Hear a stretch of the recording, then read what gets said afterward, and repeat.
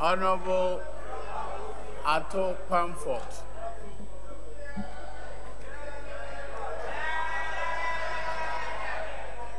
Thank you, Mr. Speaker. Panford, you have 15 minutes according to my card. Thank you very much, Mr. Speaker. Mr. Speaker, I'm most grateful for the consideration to grant me this opportunity to debate the financial policy of our government for the year ending 31st December 2019. Mr. Speaker, I believe that there are some issues that we need to clarify here in this chamber. My colleague was making some erroneous statements which were not backed by any facts to mislead this chamber. Mr. Speaker, the policies instituted by this government in the previous years indeed realized true economic gains for this nation. Mr. Speaker, I'll crave your indulgence for me to make a reference to the budget statement, policy statement before us.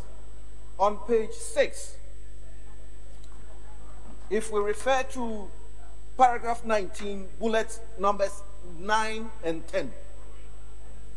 Mr. Speaker, it is evident here and recorded as such, and with your permission I read, Ghana's trade position with the rest of the world was strengthened. The trade account recorded a deficit of 1.4 billion US dollars during their tenure in June 2016. We came and we put policies, right, economic policies in place. Now, Mr. Speaker, it is evident here from the budget statement that we've had improved trade balances with a surplus, whereby we've been able to record 1.1 billion US dollars, that is for 2017, and another 1.1 billion in 2018. This is true policy which will lead a country into the right economic, platform that we require. Mr. Speaker, my colleague from the other side, we were in a meeting just this morning with a German delegation, and then the same honorable member praised this government for the 1D, 1F policy. So it surprises me that he comes to the chamber and then speaks so negatively about the policy. Mr. Speaker, I want us to put on record that this policy statement presented to the House. Honourable Member, hold on. Switch off the mic. Yes. Honourable Member for Polybamboy. Mr. Speaker, I think my Vice Chairman is misleading this House. He mentioned me and said that at a meeting where we met with foreigners, that I praised the 1D. Honourable Member, he didn't mention your name. He mentioned me, please. He said the same person, and I spoke from this side. He said the same person. Yes. Who is the person? Oh. Mr. Speaker, he was referring to me. You are assuming that he was referring to you.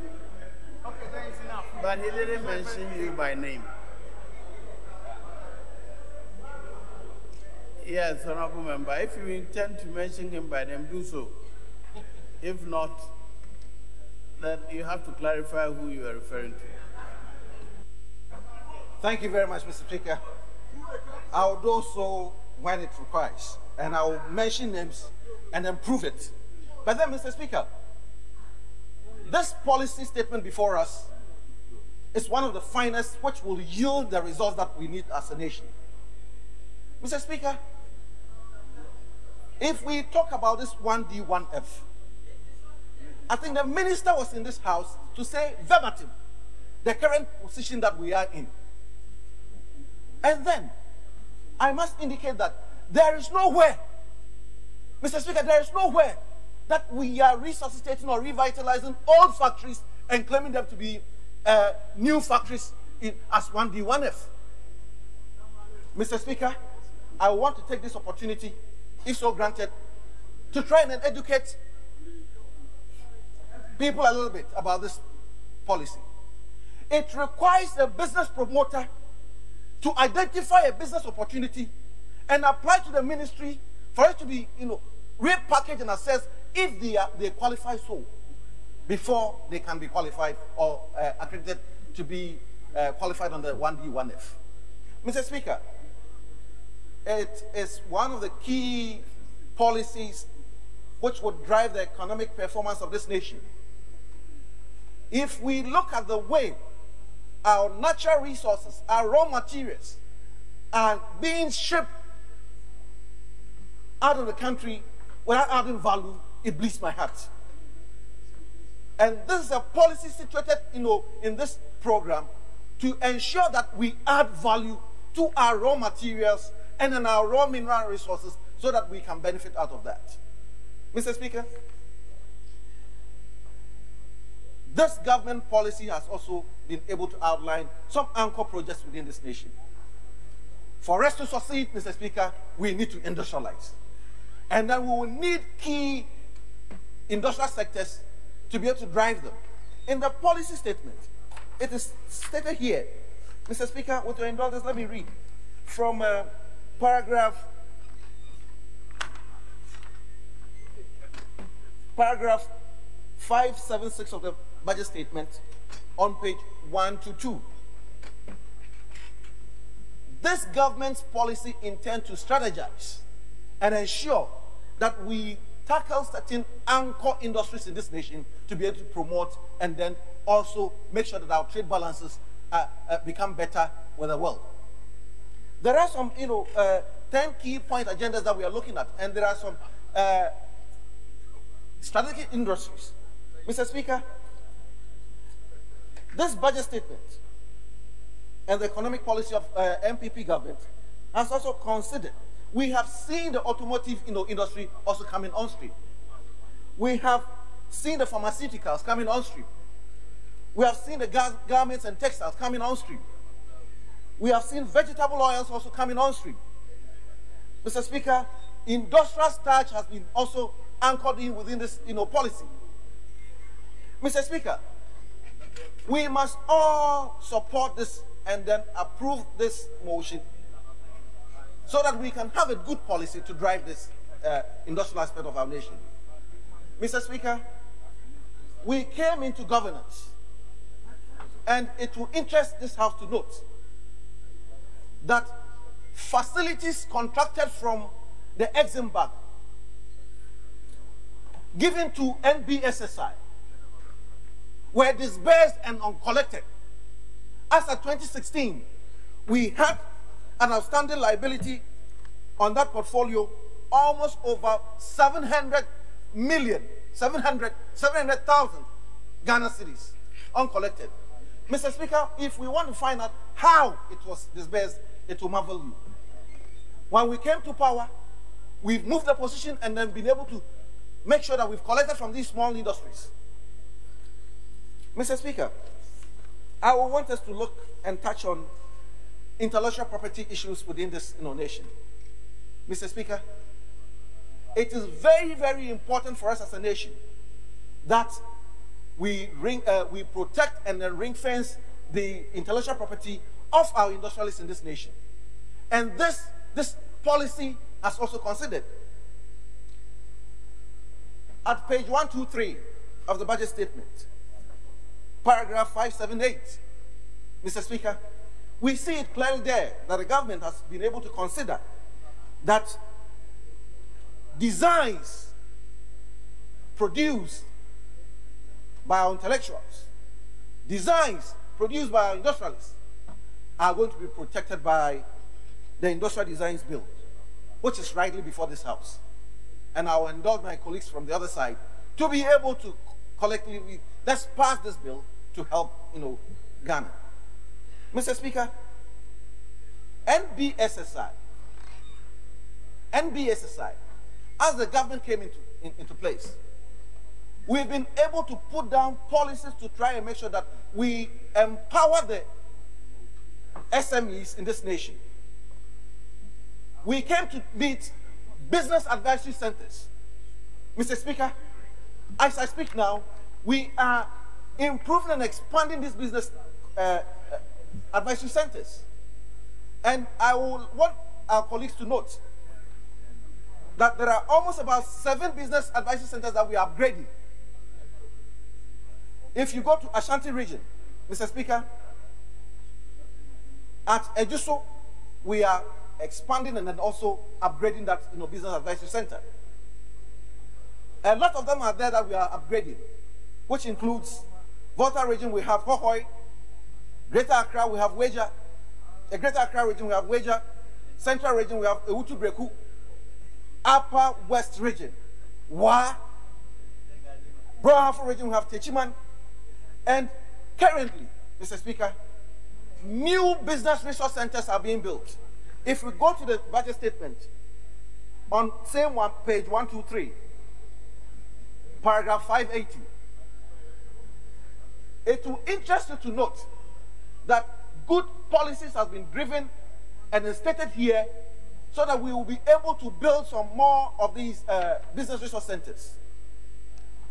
Constituencies and districts within this nation are going to benefit from that.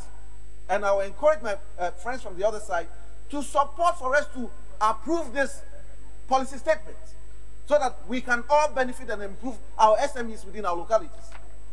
Mr. Speaker, we are going to ensure that these business resource centers will facilitate and then drive the industrial agenda within these districts.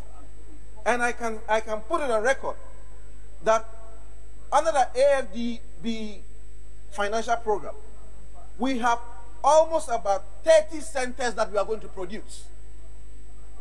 These 30 centers that are going to be built, I know that my colleagues on the other side are going to benefit from this policy. Mr. Speaker, we have in Ashanti region, Ashanti Akim Central, we are going to build one there. Achuma Kwabeja, we are going to build one there. Secretary East, we are going to build one there. Ahafuano South, we are going to build one there. When you come to Western region, we are building one at Shama, we are building one at Sekiriosu, we are building one at Takwa in Swahili municipality, and on and on. Mr. Speaker, these are the policies that this government are putting in place for us to be able to touch on the industrial and then the financial policies of this nation. I will still continue to plead with my friends on the other side. And Mr. Speaker, I believe that my good friend from the committee, Honorable Yusuf, is going to benefit from his constituency or this district is going to benefit under this same program, which is embedded within this policy.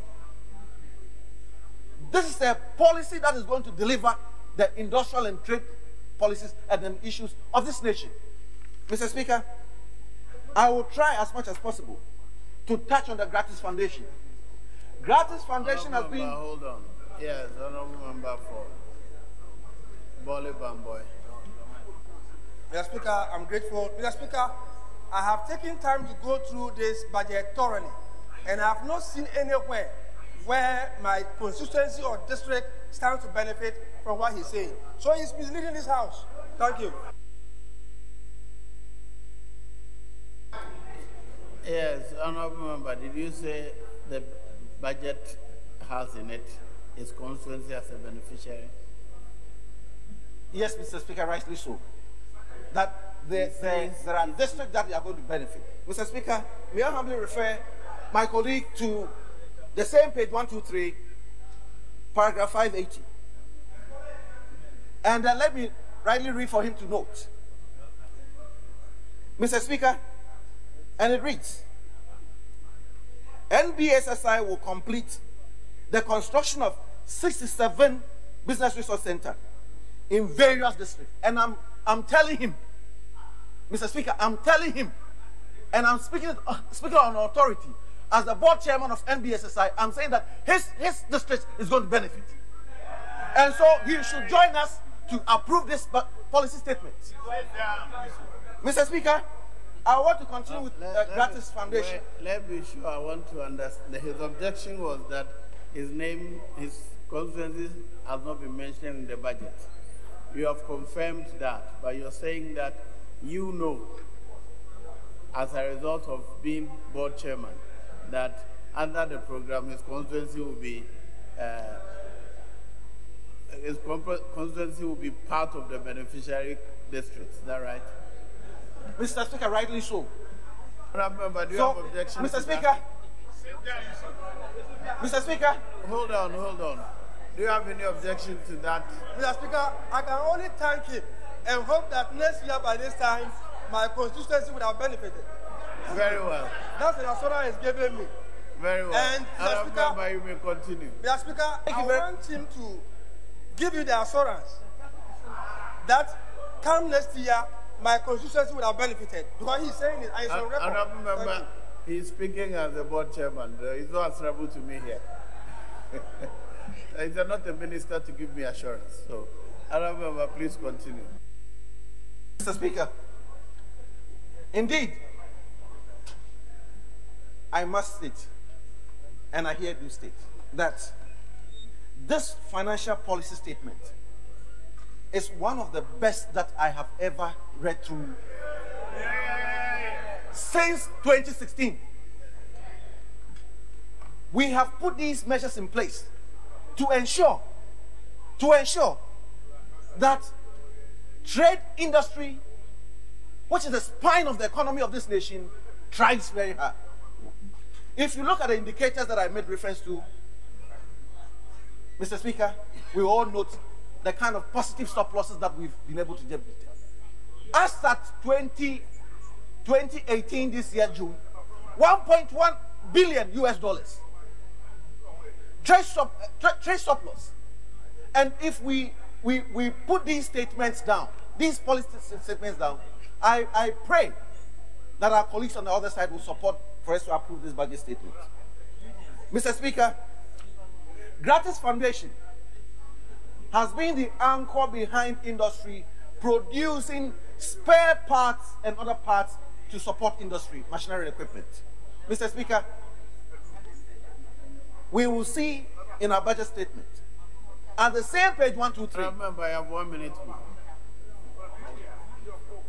We have indicated, this government has indicated the policy direction where Gratis will be supported to be able to provide the needed machinery and equipment spare supplies to support industry.